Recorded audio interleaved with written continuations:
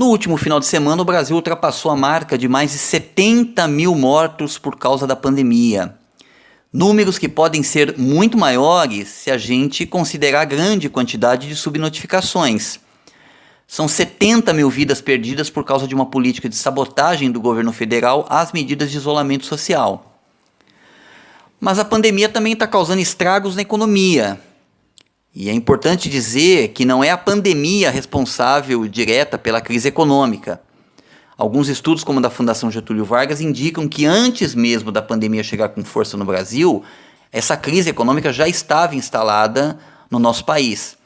Porém, a pandemia agrava uma situação de crise que já estava colocada. A causa imediata dessa crise, ela está relacionada à política econômica do Bolsonaro e do Paulo Guedes, que em suas linhas mais básicas, ela mantém aquilo que se chama de neoliberalismo, um termo que a gente ouve muito falar por aí, mas que poucos de nós, muitas vezes, sabemos exatamente o que significa. E o que significa na prática essa política neoliberal? No caso do Brasil, ela significa, basicamente, fazer a economia do país funcionar em torno de alguns eixos. Agronegócio e agromineração para exportação, tornar o Brasil uma colônia do capital financeiro internacional, ou seja, temos que ficar submissos aos interesses e vontades desse capital financeiro, e transformar áreas de preservação ambiental em resorts de luxo para endinheirados fazerem turismo sexual. Isso foi dito naquela reunião de 22 de abril, a reunião dos palavrões, foi dito claramente pelo Paulo Guedes, ministro da Economia. Para essa política econômica ser levada adiante, ela precisa, em primeiro lugar, destruir a produção industrial e o mercado interno, não é? Porque só assim vai ser possível permitir que grandes grupos capitalistas nacionais e estrangeiros possam saquear as riquezas nacionais, que deviam servir aos interesses do povo. E um outro aspecto dessa política também é que ela precisa suprimir toda a legislação em favor dos trabalhadores, como foi feito com a reforma da CLT, com a emenda constitucional 95, que limitou o crescimento dos gastos públicos, com a reforma da Previdência e com a política de destruição da Amazônia. Uma política consciente, diga-se de passagem, feita com o propósito mesmo de destruir a cobertura florestal da Amazônia. Essa política neoliberal é uma política extremamente agressiva, cuja consequência, como a gente está vendo, é a destruição do povo e do nosso país. E ela só serve apenas aos interesses dos grandes capitalistas nacionais e estrangeiros. É sempre importante dizer que nesse ponto, que é de aplicar essa política neoliberal, que significa saquear o povo e o país, a classe dominante brasileira está fechadinha, nisso ela tem acordo. Nesse caso, ela não questiona o núcleo da política econômica do Paulo Guedes, que é esse que estamos descrevendo.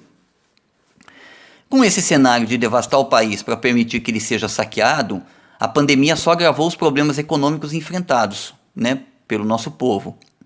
Problemas econômicos que, repetimos mais uma vez, não são problemas passageiros.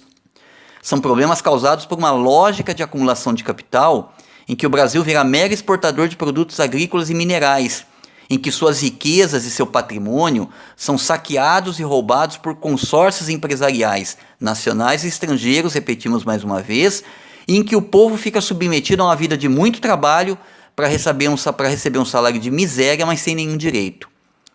Hoje, com a pandemia e as consequências da falta de medidas do governo para manter a economia aquecida, milhares de pequenos negócios estão fechando as portas. Cerca de metade da população adulta em idade de trabalhar está fora do mercado de trabalho. A incerteza e a insegurança quanto ao futuro, o medo de ficar desempregado, de não ter o que comer, de não ter emprego, de não conseguir pagar as contas, de ficar doente, de morrer, faz parte do cotidiano de milhões de trabalhadores e de trabalhadoras pelo país. Parece mesmo que Bolsonaro faz uma aposta consciente no caos social para justificar medidas ainda mais repressivas contra o povo trabalhador. Será muito difícil ao povo brasileiro aguentar essa situação até a eleição para presidente de 2022. É possível que o país exploda antes disso. E quando eu digo explodir, estou me referindo aqui tanto a uma explosão no sentido de uma rebelião popular que não suporta mais viver nas condições em que o povo nosso está vivendo, como também pode ser que nesse cenário de crise o Brasil entre em um estado de colapso econômico e produtivo tão grande, cujos efeitos mais graves podem trazer ameaças à nossa integridade territorial.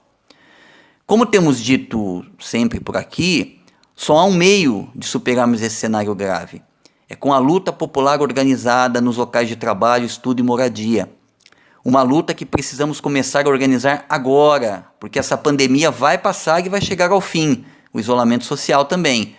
Mas as consequências econômicas e sociais da pandemia ainda vão perdurar. E uma delas é a destruição do tecido produtivo brasileiro e a destruição do país. É a expansão em graus que a gente nunca talvez tenha imaginado da pobreza, da exploração, da miséria e da indigência. Por isso, além da substituição desse governo, que não fez nada para enfrentar a pandemia, para valer, e ainda desdenhou da morte de milhares de brasileiros e brasileiras, é preciso acabar de imediato com essa política neoliberal. É preciso que o Brasil recupere a sua soberania nacional, que é um outro dado também dessa política neoliberal, que é de colocar o país praticamente submisso aos interesses do capitalismo internacional. A partir desse novo cenário político criado pelas mobilizações populares, nós teremos de reverter toda essa política de destruição e devastação do país feito pela classe dominante brasileira. Temos de reverter todas as privatizações, revogar a lei do teto dos gastos e investir pesadamente em saúde e educação pública de qualidades. Vamos ter também que anular a reforma trabalhista, acabar com toda a legislação antissocial e antinacional que foi feita a partir do golpe de 2016. E, por fim, dar poder ao povo trabalhador. Temos que construir uma outra democracia, né? Ser chamado a participar de um processo eleitoral a cada 2 anos, para depois a gente ter que engolir políticas econômicas, políticas sociais que traem as promessas daquelas pessoas que foram eleitas, isso não é democracia.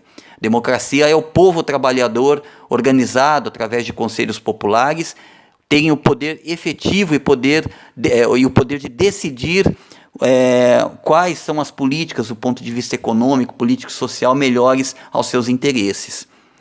Essas condições básicas para interrompermos o saque e a pilhagem do país, feito por uma classe dominante que não tem qualquer preocupação com a saúde e com a vida do nosso povo, como eu disse agora há pouco, precisam ser derrotadas e precisam ser enfrentadas. E para isso, para derrotar e para enfrentar essas políticas, só mesmo a organização popular. Eu acho que é isso. Um abraço a todos e até a próxima semana.